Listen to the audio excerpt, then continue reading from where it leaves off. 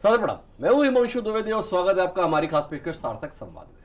सार्थक संवाद के तहत आज हम एक सियासी मसले पर बातचीत करने जा रहे हैं।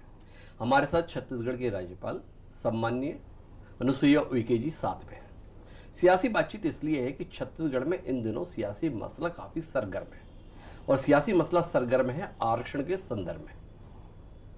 रमन सिंह की सरकार के दौर में अनुसूचित जाति जनजाति के संदर्भ में आरक्षण को लेकर एक संशोधन हुआ। 58% आरक्षण दिया गया। हाईकोर्ट ने उस संशोधन को अवैध करार दिया। इस समय छत्तीसगढ़ एक ऐसा राज्य देश में है जहां पर किसी किस्म का कोई आरक्षण नहीं है। इसको लेकर तमाम राजनीतिक दल भी चिंतित है और साथ साथ राजभवन भी चिंतित रहा। स्वयं राज्यपाल के द्वारा भी इस संदर्भ में चिंता जताई गई और सरकार से अपेक्षा की गई कि वह इस संदर्भ में समुचित कदम उठाए, चाहे वो विशेष सत्र के माध्यम से हो या अध्यादेश के माध्यम से हो। सभी तरफ से जब दबाव की स्थितियां बनी तो सरकार के द्वारा विधिवत विशेष सत्र का संदर्भ में आग्रह राजभवन को किया गया। विशेष सत्र आयोजित भी हुआ और विशेष सत्र में नए सिरे से एक विधेयक लाया गया आरक्षण के संदर्भ में और उसके तहत न केवल अनुसूचित जनजाति के संदर्भ में आरक्षण को बढ़ाया गया बल्कि साथ ही पिछड़ा वर्ग के संदर्भ में भी संशोधन किया गया और साथ ही जो आर्थिक रूप से सामान्य वर्ग के निर्धन लोग हैं उनके संदर्भ में भी आरक्षण की व्यवस्था की गई। कुल जमा आरक्षण का प्रतिशत 76 हो गया। उम्मीद की गई कि अब जब यह संशोधन विधेयक विधानसभा से पारित हो गया है तो इसे तुरंत अमल में भी ला दिया जाएगा। इस उम्मीद के साथ राज्य शासन के तमाम मंत्री राजभवन पहुंचकर राज्यपाल को संशोधित विधेयक की प्रति सौंपे और यह अपेक्षा जाहिर की कि इसे वह हस्ताक्षर कर दे। तब से इंतजार ही चल रहा है। राज्यपाल लगातार इस संदर्भ में विधि विशेषज्ञों से परामर्श कर रही है, सरकार के अधिकारियों से बातचीत कर रही है, पर साथ ही सियासत भी चल रही है। कांग्रेस लगातार मुखर है। उसका कहना है कि राजभवन सियासी मसला बनाकर इस विषय को डील ना करे। सरकार यह अपेक्षा कर रही है कि राज्यपाल जल्द से जल्द इसका समाधान करेंगे। राज्यपाल समय समय पर सार्वजनिक कार्यक्रमों में शामिल हो रही है तो वो बता रही है कि मैं करना चाहती हूं, लेकिन जिस अदालत के द्वारा 58% पर आपत्ति लगाई गई वो अदालत 76% के संदर्भ में तैयार हो जाएगी। इन कारणों को समझने की कोशिश की जा रही है। तो हमने सोचा कि इस विषय पर इधर उधर क्यों बात की जाए, सीधे राजभवन का रुख किया जाए और माननीय राज्यपाल से ही बात की जाए कि मसला क्या है, आगे के संदर्भ में उम्मीद क्या है। तो हम इस समय छत्तीसगढ़ राजभवन में हमारे साथ छत्तीसगढ़ की राज्यपाल अनुसुईया उइके जी। अनुसुईया जी, बहुत बहुत स्वागत आपका हमारे खास कार्यक्रम में। और पूरी भूमिका जैसे मैंने साझा की है, आपसे समझना चाहता हूँ, आप स्वयं बेहद चिंतित थी इस मसले को लेकर जब हाईकोर्ट का निर्देश आया था, पर अब जब विधानसभा के विशेष सत्र में आरक्षण के संसद में संशोधन के साथ में नया विधेयक पारित हो चुका है तो भी वो कानून का रूप नहीं ले पा रहा है। कह रहा राज्यपाल ने रोका हुआ है, क्या सच्चाई है इसमें? देखिए, मैंने उस समय जब बिल की बात आई थी तो उस समय जैसे ही 58% अवैधानिक हो गया था हाई कोर्ट से, तो पूरे प्रदेश में जो जनजाति वर्ग जो है जिनका 32 से 20 हो गया था, तो उन्होंने पूरे प्रदेश भर में इसका जन आंदोलन शुरू कर दिया था। और मुझसे भी सामाजिक संगठन और अधिकारी कर्मचारी का और राजनीति सारे लोगों ने मुझे ज्ञापन दिया था कि इस मामले में आप शासन का ध्यान आकर्षित करिए कि कोई ठोस कदम उठाए। तो मैंने फिर इस संबंध में मुख्यमंत्री शासन के मंत्रियों से भी बार बार और मुख्यमंत्री सचिव प्रमुख सचिव से भी पूछा था कि आप बताइए इस मामले में आप कर क्या रहे हैं। तो इसका कोई मुझे उत्तर जो है संतोषजनक या दिया भी नहीं गया।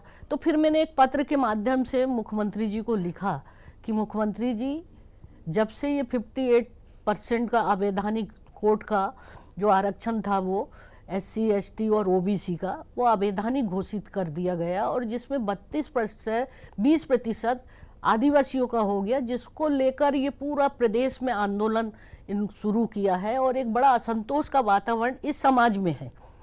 क्योंकि जब ये अवैधानिक हुआ था तो यथावत रहा OBC का जी।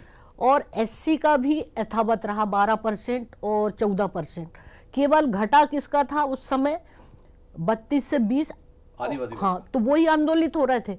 तो मैंने एक सुझाव के तौर पर कहा कि इसका शीघ्र ही कोई समाधान निकाले इनके आरक्षण को बहाली करने के लिए, तो यह उचित समझे तो आप इस अध्यादेश लेकर आए या विशेष सत्र बुलाएं।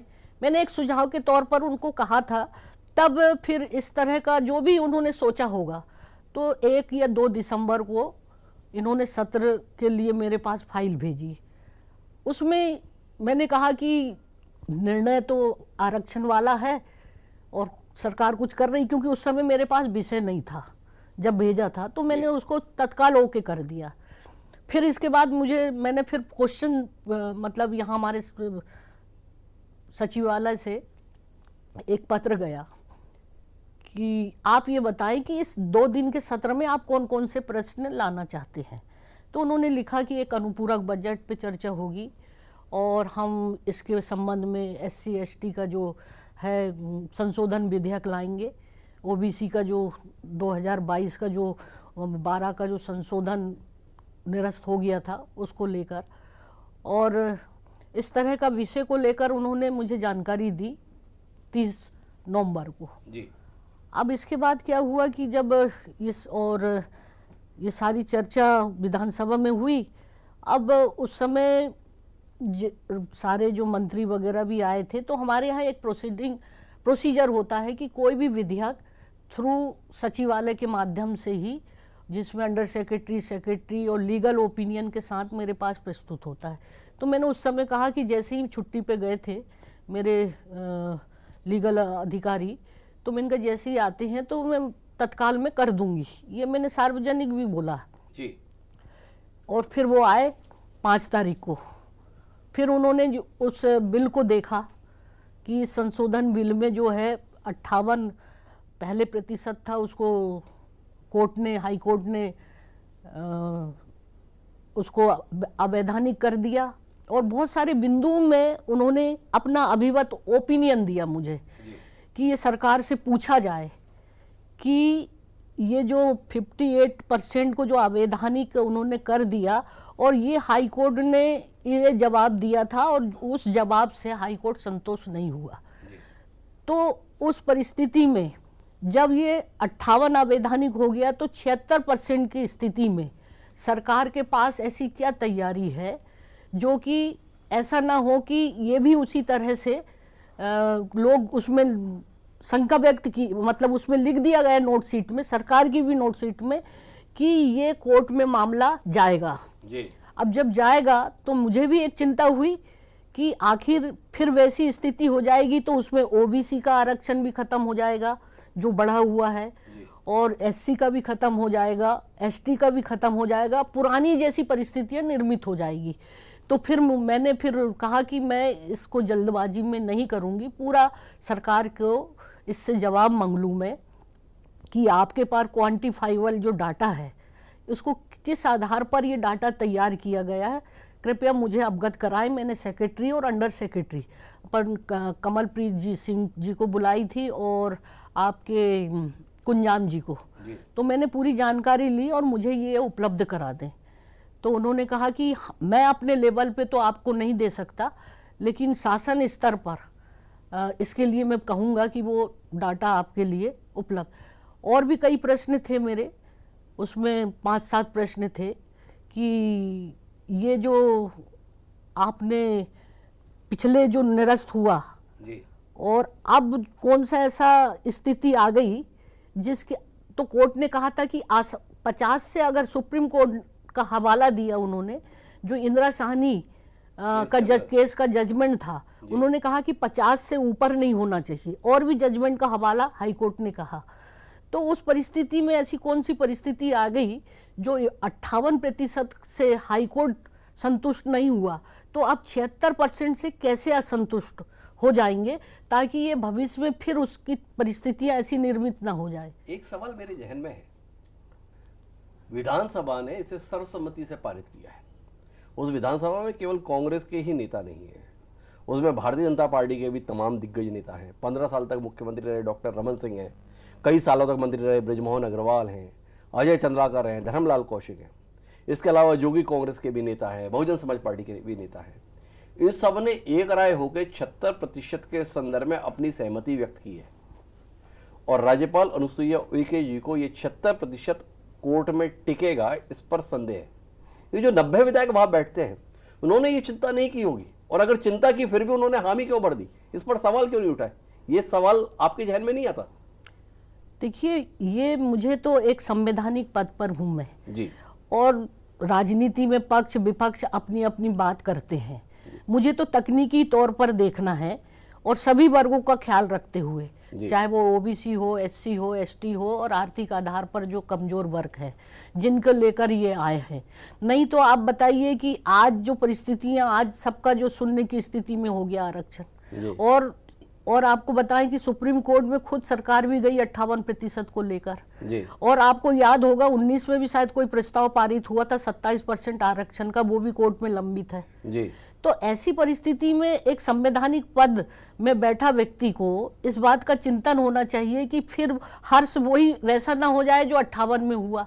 तो अभी मैं लीगल तरीके से सारी जानकारियां मैं इकट्ठा कर रही हूं और मुझे ऐसा लगेगा कि वास्तव में कोर्ट के सामने इनके पूरे डाटा जो है और सारी जानकारियां इनके पास पूरी तरह से उपलब्ध है। 76 के हिसाब से क्वांटिफाइबल जो आर्थिक, सामाजिक और शैक्षणिक आधार को मानते हुए ही और बहुत विशेष परिस्थितियां, असाधारण परिस्थिति को, ये तमाम जो चीजें हैं, चाहे वो नौकरी का इन्होंने टेबल बनाया 8 टेबल, उसमें ये बात भी देखा गया कि जब सरकार के द्वारा जवाब दिया गया 1 से लेके 4 तक का, और उसमें ओबीसी, एससी, एसटी इन वर्गों के लिए आरक्षण का जो पोस्ट अभी जो मतलब वैकेंसी है उसमें आपने कितनी फिलअप किया और कितनी वैकेंट है, तो उसमें जानकारी के तौर पर तो इससे हाई कोर्ट संतुष्ट नहीं हुआ जी।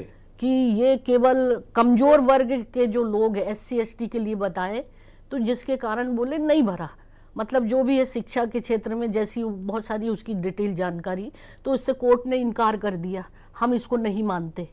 तो और भी ऐसे कुछ प्रश्न किया उन्होंने, तो जिसका जवाब 58 के लिए मैंने पूछा कि आप 58 के लिए जो है आपके पास क्या डाटा है जी। जो उसको भी बहाली करने की दिशा में, और 76 को लेकर।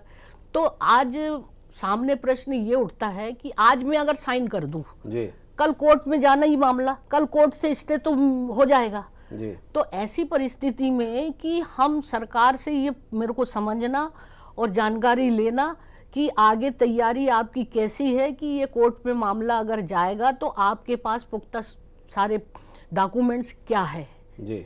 तो इसलिए मैं जो है इस चीज में अभी सिग्नेचर नहीं कर रही। पर इसमें एक उलझन है, जो तर्क है, एक तरफ कोर्ट के तमाम आदेशों का हवाला दिया जा रहा है कि 50% से ज्यादा आरक्षण नहीं हो सकता, दूसरी तरफ सरकार की या कांग्रेस पार्टी की दलील है कि झारखंड, तमिलनाडु जैसे राज्य हैं जिन्होंने 50% से भी ज्यादा आरक्षण को जायज करार दिया है। तो जब ये राज्य अपने यहाँ पर 50% से ऊपर आरक्षण देने में सफल हो सकते हैं, तो छत्तीसगढ़ की कोशिशों को क्यों नहीं स्वीकार किया जाएगा? देखिए, झारखंड में तो उन्होंने अनुच्छेद 9 के लिए संकल्प पारित किया है, अभी वहां लागू नहीं है। तमिलनाडु, कर्नाटक और महाराष्ट्र में जी। आपका तमिलनाडु में 69 है जी, और 61 शायद कर्नाटक में है, और 58 महाराष्ट्र में है जी। तो अब वो तमाम सारी चीजों को उन्होंने आधार बताया होगा जी, जो संख्या कर सकते हैं 50 से ऊपर, लेकिन उसके लिए जो गाइडलाइन है जी, कि वो परिस्थितियां, असाधारण परिस्थितियां क्या है, आर्थिक, सामाजिक, शैक्षणिक, क्योंकि आदिवासियों का जहां तक डाटा है वो तो एक जाति आधार पर उनको माना गया, और उसके साथ साथ फिर आर्थिक पिछड़ापन भी माना गया। जहां तक पिछड़ापन का भी जो आरक्षण का मापदंड है उसमें भी आर्थिक, सामाजिक, शैक्षणिक सभी पहलुओं को देखकर, और मालूम है आपको इसमें तमिलनाडु में रिटायर्ड जज की एक कमेटी बनी थी, आयोग जी, और उन्होंने सारे वर्गों को का आर्थिक, सामाजिक, शैक्षणिक को बड़े विस्तार से उन्होंने ये रिपोर्ट बनाई थी, और जिसके आधार पर मतलब मामला जो है और उसको अनुच्छेद 9 में शामिल किया गया। तो जिसमें कोर्ट में चैलेंज नहीं दे सकते जब तक अनुच्छेद 9 में अगर पार्लियामेंट में, तो इसलिए भी वो वहां पर कोर्ट का मामला नहीं उठा।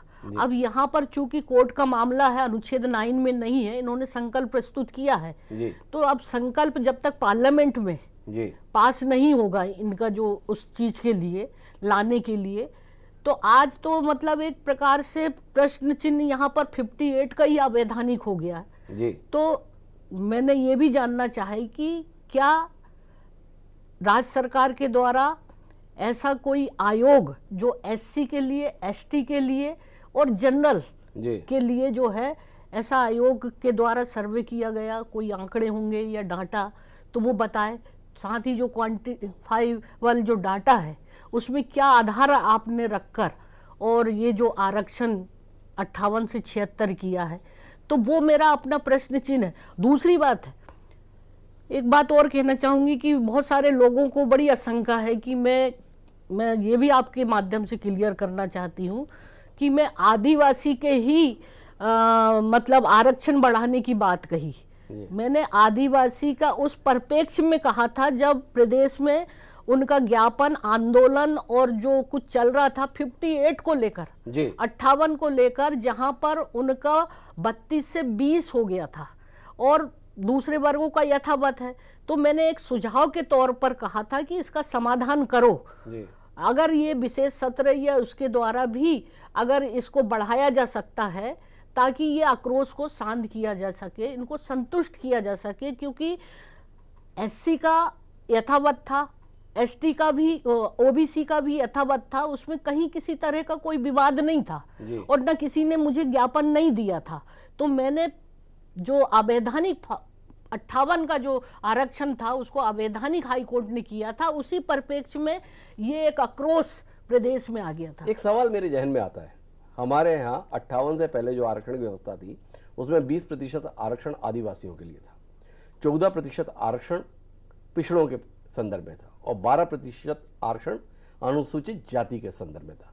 कुल 46% आरक्षण था, संवैधानिक दायरे में था, जो सुप्रीम कोर्ट की गाइडलाइंस उसके अनुसार था। अब 20 से बढ़ाकर 32 किया, इसलिए 58 हुआ और उस दायरे से बाहर चला गया। जब आप ये अपेक्षा कर रही हैं कि आदिवासियों का आरक्षण 32 कर दिया जाए तो 50 को पार भी ना हो और 32 भी हो जाए, ये चमत्कार कैसे हो सकता था? आज आप राज्यपाल अगर मुख्यमंत्री होते तो कैसे करती, ये सवाल जहन में आता है। क्या अनुसूचित जनजाति के आरक्षण को बढ़ाने के लिए अनुसूचित जाति का घटा देते, पिछड़े का घटा देते, करते कैसे? देखिए, जहाँ तक इनके पास जो भी इसको बढ़ाने के लिए जो एक बेसिकली हर वर्ग के लिए एक सामाजिक और आर्थिक और पिछड़ापन का, शैक्षणिक, ये तमाम सारी चीज़ों का पूरा डाटा के आधार पर बढ़ाया जाता। मुझे ऐसा लगता है कि 58 को भी हाई कोर्ट मोहर लगा सकता था, लेकिन ये समय पर ये डाटा वहाँ पर प्रस्तुत नहीं कर पाए, क्योंकि उस परिप्रेक्ष्य में ही जब इन्होंने बढ़ाया था तो तब तो कुछ परिप्रेक्ष्य मतलब रखा ही होगा डाटा के आधार पर, जो भी कुछ इनके पास रहा होगा। चूंकि अब उन परिस्थिति में कोर्ट में मामला चलते रहा, तो ऐसा नहीं है कि आज भी आप भी मानते हैं ना कि आदिवासी की जो स्थिति है, एससी की जो स्थिति है और पूरा प्रदेश में ओबीसी की भी बड़ी संख्या है। अब आप ये भी बताइए कि ओबीसी का जो डाटा के आधार पर बता रहा है कि 41 कुछ 2 या 3% इनकी जनसंख्या है जी। और इन्होंने बताया कि 32% के लगभग आदिवासियों की है अभी की जो स्थिति में, और एससी की भी 13 इन्होंने जो बढ़ाया वो बता रहे हैं। तो अब मेरे सामने ये भी प्रश्न, सारे संगठन के लोग आए, बोले हमारा 41% है तो हमें 27 क्यों दे रहे हैं, और जिनका 32 है तो 32 क्यों दे रहे हैं, और जिनका 13 है तो 13 दे रहे हैं, और हमारी जनसंख्या उनसे ज्यादा है। तो फिर मेरे सामने भी ये हुआ कि और अन्य समाज का हमारा 10% है तो हमें 4% क्यों दिया जा रहा है। तो ये बहुत सारे प्रश्न मेरे सामने भी आ गए। तो इसलिए मैं चाहती हूँ कि ये सारी चीज़ों से मैं अपना आकलन कर लूँ और उसके बाद ही कोई निर्णय लूँ, ताकि ये सारी चीज़ों को अगर मैं आज कर रही हूँ, मैं तो कहती कि मैंने तो बोला ही था कर दूंगी करके, लेकिन जो लीगल ओपिनियन मेरे सामने प्रश्न चिन्ह उठकर आए कि ये सरकार से इसकी जानकारी मांगी जाए, तो मैंने मौखिक रूप में मीटिंग लिया जी। और मैंने कहा, और मैंने सार्वजनिक तौर पर भी ये बात को रखी, और आदिवासी समाज की मीटिंग में गई थी, वहाँ पर भी मैंने उनको बताया कि आखिर मैं इसको क्यों रोक रही हूँ। मुझे चिंता सभी वर्ग की है, केवल ऐसा नहीं है मेरे लिए, तो पूरा प्रदेश में, चाहे सामान्य वर्ग हो, चाहे ओबीसी हो, चाहे एससी का हो या एसटी का हो, आखिर उनके भविष्य का सवाल उठता है ना। फिर पूर्ववत स्थिति होगी तो एक संविधान संरक्षक होने के नाते मुखिया इस प्रदेश की, तो मैं सबका अहित नहीं देखना चाहती, उनका हित हो जाए और जैसा भी हो उसके निष्कर्ष मेरे सामने आ जाए, सरकार के द्वारा जवाब, क्योंकि अभी तक मेरे पास जवाब नहीं आया लोग इसी बात को लेकर। आप कह रहे हैं कि आप संविधान के के तहत एक संवैधानिक पद पर बैठी हुई हैं, प्रदेश के सभी लोगों का हित आप देख रही हैं और इसलिए इस संदर्भ में एहतियातन कदम उठा रही हैं। पर जो दल यहाँ पे सत्तारूढ़ है, जिसका नाम भारतीय राष्ट्रीय कांग्रेस है, वो खुलकर अब ये कह रहा है कि माननीय राज्यपाल केवल भाजपा का हित देख रही है। जो भाजपा के नेताओं के बयान है, कमोवेश वैसे ही बयान राज्यपाल के माध्यम से सार्वजनिक हो रहे हैं। देखिए, मैं तो एक तकनीकी बात कर रही हूँ ना। अब वो इसके पहले कि वो सारी चीजों को आप राजभवन को राजनीतिक नजरिए से क्यों देखते हैं? मेरे सामने कुछ तकनीकी है अगर सवाल तो उसका जवाब दे दीजिए ना जी। और ये तो मैं अपना व्यक्तिगत तौर पर के जो लीगल जो है सिविल जज के जो हमारे एडवाइजर है उनके अभिमत से ही तो मैं बात कर रही हूँ, जो उन्होंने उसमें लिखा है नोट शीट में, और उसके लिए वो सारे सवाल मैंने शासन को लिखा भी है और मौखिक तौर पे बात भी की, और उन्होंने अभी तक मुझे उपलब्ध नहीं कराया। और जहाँ तक ये सारी चीजें अगर वो ये मानते हैं तो देखिए इसमें सभी लोगों का समर्थन है जी। तो भाई अगर ऐसा इनको लगता है कि दूसरे अन्य इनके विपक्ष, तो उनको भी नहीं लगता है कि क्या ये ओबीसी का वोट उनका नहीं है, एससी का नहीं है या एसटी का, वो विरोध मतलब उनकी अपनी दृष्टि है। अगर ऐसा रहता तो वो समर्थन भी नहीं करते भाई, सभी की सर्वसम्मति से। अब मेरी तकनीकी स्थिति ये है संवैधानिक लीगल पॉइंट पर, क्या मैं इस बारे में चिंतन नहीं करूंगी? लेट जो हो रहा है क्योंकि उनका जवाब अभी तक मुझे प्राप्त नहीं हुआ। आप क्वांटिफाइबल डाटा आपको जो है मुझे उपलब्ध कराना चाहिए था। मैं आंख बंद कर और कोई भी चीज परिस्थिति आ जाएगी तो मैं क्यों वो कर दूं? एक सवाल मेरे जहन में आता है, इतना संवेदनशील मसला है, सारे राजनीतिक दल इस विषय पर लगातार अपनी बात रख रहे हैं, प्रदेश की राज्यपाल भी लगातार इस संदर्भ में लोगों से मुलाकात भी कर रही है, विधि विशेषज्ञों से परामर्श भी कर रही है। आपकी सरकार है, अभी तक खबर आई नहीं कि राज्यपाल और मुख्यमंत्री परस्पर बैठकर किसी निदान के संदर्भ में बात कर रहे हैं। वाकई आप लोग गंभीर हैं? देखिए, जहाँ तक सवाल ये है कि इस विषय में मेरे पास अगर जवाब आ जाता तो मैंने सोचा था कि मैं इसके लीगल जो है मंत्री हैं अधिकारियों के साथ, अब उसमें देखिए एक नोट शीट में ये तक नहीं है लीगल ओपिनियन विभाग का जी। उसका भी अभी मत नहीं है, उसमें लिखा कि अभी उनका मत ही नहीं दिया। बहुत सारी चीज़ें ऐसी तकनीकी जो है जिसको मेरे को जानना बहुत ज़रूरी है। और अच्छा होता, मैं आपके माध्यम से कहना चाहती हूँ, इसमें किसी भी तरह से राजनीति नहीं होनी चाहिए, बल्कि अगर सबका आप सभी दल सभी वर्ग का अगर हित चाहते हैं तो इस समस्या का समाधान करने की दिशा में मेरे पास आकर बैठकर और ये सुझाव देते, ये बहुत सारी चीज़ें होती कि तो भी मुझे कल को अगर कोई स्थिति हो जाए तो ये तमाम चीज़ें तो ये तो आप अपनी राजनीति करते रहिए, लेकिन उनका तो अहित हो जाएगा जो अभी झेल रहे हैं। तो ये मेरा अभी चिंता का विषय है। तो कुल मिलाकर हमारी तो चिंता का विषय यह है कि जो विशेष सत्र के माध्यम से विधेयक पारित कराया गया वो अमल में आएगा या नहीं आएगा। आपसे जानना चाहता हूं कि अभी तक जो राज्य शासन का रुख है, जिस प्रकार की आपको विधि विशेषज्ञों से राय मिली है, क्या उम्मीद करें? निकट भविष्य में इस पर हस्ताक्षर होने की संभावना या अभी इसमें समय लगेगा? नहीं, जैसे ही जवाब आता है उस परिस्थिति में मैं विचार करूंगी कि मुझे क्या करना है जी। अभी तो मेरे पास जवाब ही नहीं आया, और जब आएगा तो इस पर निश्चित रूप से अगर मुझे सकारात्मक और जो भी लगेगा तो मुझे कोई दिक्कत नहीं, पहले भी मैंने कहा है। राज्य शासन के तमाम मंत्री सत्र के बाद आपसे मुलाकात के लिए आए थे, विधेयक की प्रति आपको भेंट करने के लिए आए थे। एक लंबे समय से इंतजार चल रहा है, भारी स्तर पर तो बयान आ रहे हैं, पर क्या मंत्रियों के स्तर पर आपसे पुनः मुलाकात की गई है? क्या हस्ताक्षर के संदर्भ में कोई आग्रह किया? हाँ, नहीं, अमरजीत भगत जी आए थे और उनके साथ करीब 20-25 लोग आए थे जी। और उन्होंने कहा कि जल्दी से जल्दी इसमें आप साइन कर दीजिए ताकि सारी पदोन्नति, ये तो मैंने भी चिंता व्यक्त की थी पत्र के माध्यम से कि सारी पदोन्नतियाँ और रिक्त जो है नौकरियों की सारी चीज़ें रुक गई है और इस पर कुछ उपाय सोचिए। जो परिस्थिति 58 के, अब इन्होंने क्या हुआ कि 58 का मेरी बात हुई थी हालांकि सुझाव के तौर पर, अब चूंकि 58 की बात है और 76 हो गया, तो आप सोचिए कि इन चीजों में जब 58 अवैधानिक है तो 76 की क्या परिस्थिति आएगी, आप खुद चिंतन करिए ना। तो मैंने यही कहा कि मैं जल्दी इस चीज को मैं देख रही हूँ और जो हो सकता है आगे कोई इस तरह की अड़चन या बाधा ना आए, तो उसको कानूनी और जो विशेषज्ञ है सबसे भी सलाह ले रही हूँ। तो आपकी ये चिंतन, मनन और विचार की प्रक्रिया राज्य के स्तर पर ही सीमित है या दिल्ली भी आप कोई बातचीत कर रहे हैं? राज्य के लोगों के हित का विषय है, राज्य के संदर्भ में एक बड़ा महत्वपूर्ण विषय बन गया है, तो इसके संदर्भ में माननीय राज्यपाल क्या दिल्ली के भी संपर्क में है? क्या दिल्ली से भी कोई मार्गदर्शन मिल रहा है? क्या राष्ट्रपति के यहाँ से भी कोई संपर्क या वहाँ के विधि विशेषज्ञों से कोई बातचीत कि कैसे रास्ता निकल सकता है, इस दिशा में कोई पहल? नहीं, इस विषय में मैंने सोचा है कि जो भी दस्तावेज मेरे पास सरकार से आएंगे, तो मैंने राष्ट्रपति जी से भी टाइम लिया है। मैं 20 तारीख को मुझे मिला है समय, राष्ट्रपति जी से भी चर्चा भी करूंगी और साथ में मैंने मांगा है जो सेंटर के मतलब माननीय प्रधानमंत्री जी से भी, गृह मंत्री जी से भी।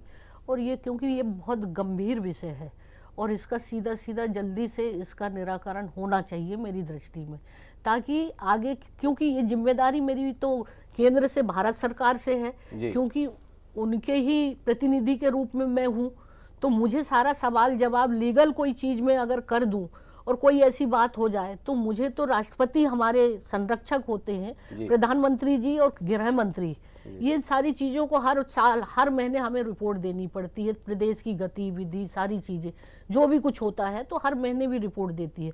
क्योंकि ये मामला इतना उलझा हुआ है, जो 58 से 76 हो गया, तो ऐसी परिस्थिति में मैं चाहूंगी कि इन सारे लोगों से मार्गदर्शन लूं ताकि इसका समाधान कर सकूं इस प्रदेश के सभी वर्गों के लिए। तो जो आपसे बातचीत में निकल कर आ रहा है वो ये है कि आप राज्य शासन से तथ्यों पर स्पष्टता चाहती हैं और इसके साथ में दिल्ली में जो तीनों मुख्य लोग हैं, माननीय राष्ट्रपति जी, प्रधानमंत्री और गृह मंत्री जी, उनसे इन तथ्यों को साझा करते हुए राज्य के लोगों का हित सुरक्षित रहे, इसे सुनिश्चित करना चाहते हैं। हम इसी रूप में समझे इस बात को? बिल्कुल, कि मतलब जो भी होगा ना, क्योंकि मामला कोर्ट का मामला है, सुप्रीम कोर्ट में भी गया है जी। ये सारा, कोई विधेयक जब कोई कोर्ट में नहीं रहता, मामला उलझा हुआ ना, तो उसके लिए कोई दिक्कत नहीं होती है। या सेंटर के विधेयक को अगर राज्य सरकार उसको कंट्रोवर्सी हो जाए तो उसमें लीगल ओपिनियन के आधार पर उस पर निर्णय लिया जा सकता। चूंकि 58 का भी मामला कोर्ट में है जी और सुप्रीम कोर्ट में भी गया है, तो आप सोचिए कि इन चीजों के बाद इसका क्या असर पड़ेगा। पर राज्य शासन ने तो एक कोशिश और भी की कि कोर्ट कचहरी के चक्कर में ये विधेयक पड़े नहीं और संसद से इसको पारित करा लिया जाए, इसलिए एक संकल्प अनुच्छेद 9 के तहत पारित कराने का संसद के संदर्भ में इसकी भी कोशिश हुई, जिसका भाजपा ने बहिष्कार भी किया था वहां पर। तो क्या वो रास्ता सुनिश्चित कर पाएगा? देखिए, ये तो केंद्र का ही विषय है जी। और इस पर वो बहुत सारी चीजें इसको करने के लिए उनके पास क्या क्राइटेरिया होता है और वो तमाम सारी चीज़ों को देखना उनका काम होता है। और इस संबंध में तो मुझे इतनी जानकारी नहीं है, लेकिन हाँ, अनुच्छेद से ये न्यायालय की जो जो अड़ंगा है वो उसमें आ जाने से खत्म हो जाता है। जैसे तमिलनाडु, कर्नाटक, इन लोगों का, कुछ राज्यों का उसमें शामिल है। अब उसके लिए क्या प्रक्रिया है, क्या विधि विधायनी है अनुच्छेद में लाने के लिए, तो इसके बारे में केंद्र सरकार और उनके तमाम जो है जो इसके एक्सपर्ट है वही बता सकते हैं। तो कुल मिलाकर अगर हम इस बातचीत को अब अंतिम बिंदु पर ले जाएं, तो कुल समझना ये चाहेंगे कि क्या वर्ष 2022 में माननीय राज्यपाल के द्वारा इस विषय पर फैसला ले लिया जाएगा या हमें अगले साल का इंतजार करना होगा? अब मैं तो इसमें कुछ नहीं बता सकती, अभी इतने दिन हो गए हैं और जो मुझे अभी तक जवाब शासन का, अभी केवल मौखिक चर्चा हुई है। फिर मैंने लिखित में भी मांगा, जो मेरे लीगल ओपिनियन का बाकायदा हमारे सचिवालय से ये प्रश्न मतलब पत्र गया है, उसका जैसे ही जवाब अगर आ जाता है तो निश्चित रूप से इस पर मैं विचार करूंगी, क्योंकि मैं स्वयं सभी वर्ग का मैं हित चाहती हूँ और इसका जल्दी से जल्दी इसका समाधान हो, उस दिशा में मेरी तरफ से पूरी मतलब कोशिश है। तो कुल मिलाकर हमारी ये पूरी बातचीत थी आरक्षण के मसले पर लेकर क्या कुछ वास्तविक परिस्थितियां हैं इसे समझने की। तो हमारे साथ माननीय राज्यपाल ये बता रही हैं कि अदालत में एक बार फिर यह विधेयक कहीं अटक ना जाए और राज्य के तमाम निवासी जो आरक्षण से अभी वंचित हैं आगे भी वंचित ना रह जाएं, इसको वह सुनिश्चित करना चाहती है। इसके लिए राज्य शासन से कुछ बिंदुओं पर उन्होंने स्पष्टता चाहिए, उस स्पष्टता का वह इंतजार कर रही हैं। स्पष्टता मिलने के साथ ही शीर्ष स्तर पर विचार करके इसके संदर्भ में फैसला लिया जाएगा। उम्मीद करते हैं कि राज्य शासन के स्तर पर और राजभवन के स्तर पर इस मसले पर एक राय होकर उस नतीजे पर पहुंचा जाएगा जिसमें राज्य के निवासियों का हित हो। आपका बहुत बहुत धन्यवाद इस नाजुक मसले की चर्चा का हिस्सा बनने के लिए। दोस्तों, आज के सार्थक संवाद में इतना ही। फिर जल्द मुलाकात होगी किसी नई शख्सियत से, किसी नए विषय के साथ। मुझे दीजिए इजाजत। सादा प्रणाम।